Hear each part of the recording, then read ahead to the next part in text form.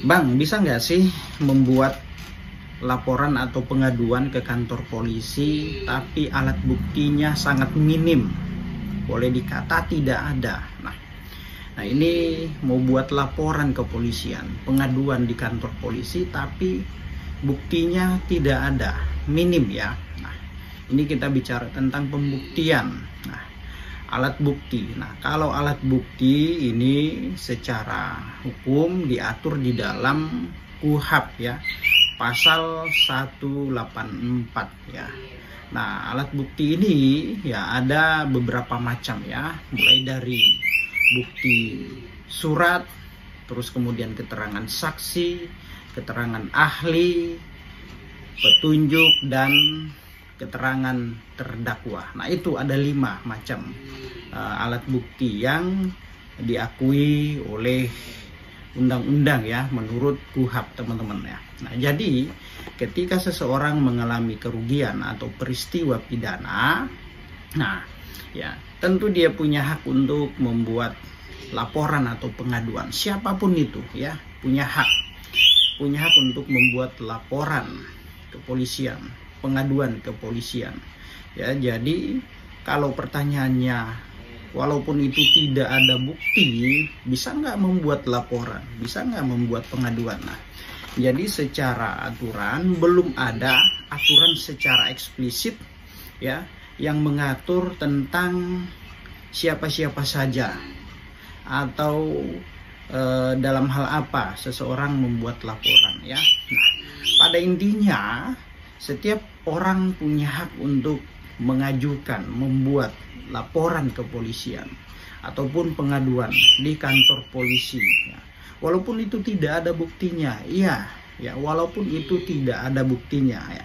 Namanya pihak kepolisian menerima segala pengaduan laporan dari masyarakat. Nah, hanya saja ketika kita membuat laporan atau pihak-pihak yang merasa dirugikan, apakah perkaranya tersebut itu bisa berlanjut atau dihentikan. Tapi kalau misalkan buktinya sangat minim atau boleh dikata tidak ada, maka saya sarankan jangan membuat laporan atau pengaduan ya. Itu saran saya.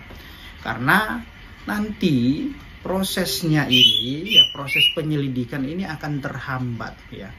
Nah, penyelidik akan kesulitan ya mencari bukti-bukti kalau memang dirasa buktinya tidak ada ya, dan perkaranya itu bisa berlarut-larut, bahkan bisa dikategorikan ya perkara mandek nanti, jalan di tempat ya. Nah, maka dari itu kalau mau buat laporan, sebelum membuat laporan maka ya pastikan semua bukti-buktinya itu sudah terkumpul, sudah disiapkan. Nah, itu. Nah, kalau membuat laporan tanpa alat bukti, nah ini agak sulit nantinya. Yang ada justru malah menyalah-nyalahkan penyidik. Wah, laporannya bagaimana sih? Sudah lama tapi kok tidak ada progres. Nah, iya. Karena tidak pernah menyodorkan atau mempersiapkan bukti-bukti, bahkan buktinya tidak ada. Itu ya.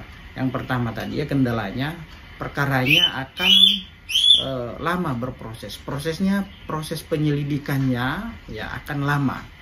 Lalu kemudian ya bisa timbul fitnah nantinya ya.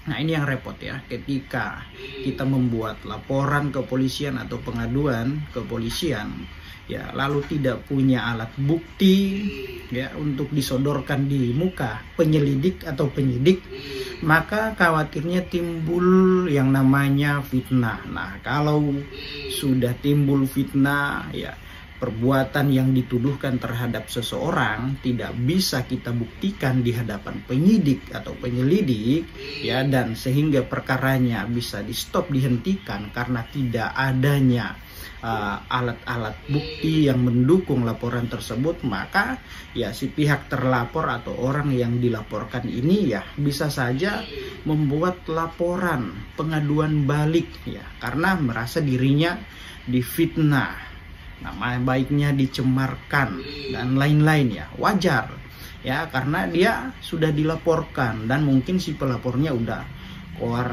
koar ke sana kemari ya, bahwasanya ya si ini sudah saya laporkan karena dugaan melakukan perbuatan ini. Nah, padahal ya perbuatan tersebut setelah dilaporkan dalam tahap penyelidikan ya, penyelidik sulit menemukan bukti-bukti.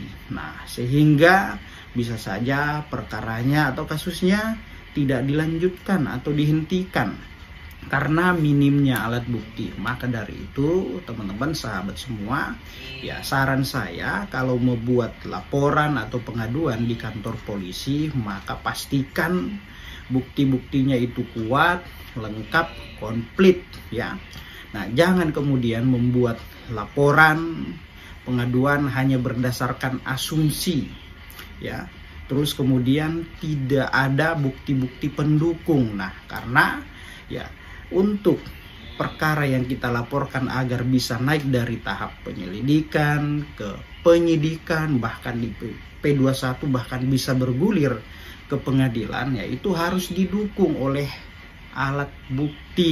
Nah, sekurang-kurangnya 2 alat bukti yang mendukung sehingga laporan kita itu ya kuat didukung dengan alat-alat bukti. Nah, seperti itu teman-teman ya. Jadi kalau buat laporan ke kepolisian lalu kemudian buktinya sangat minim, nah, bahkan tidak ada alat buktinya, maka sebaiknya jangan ya.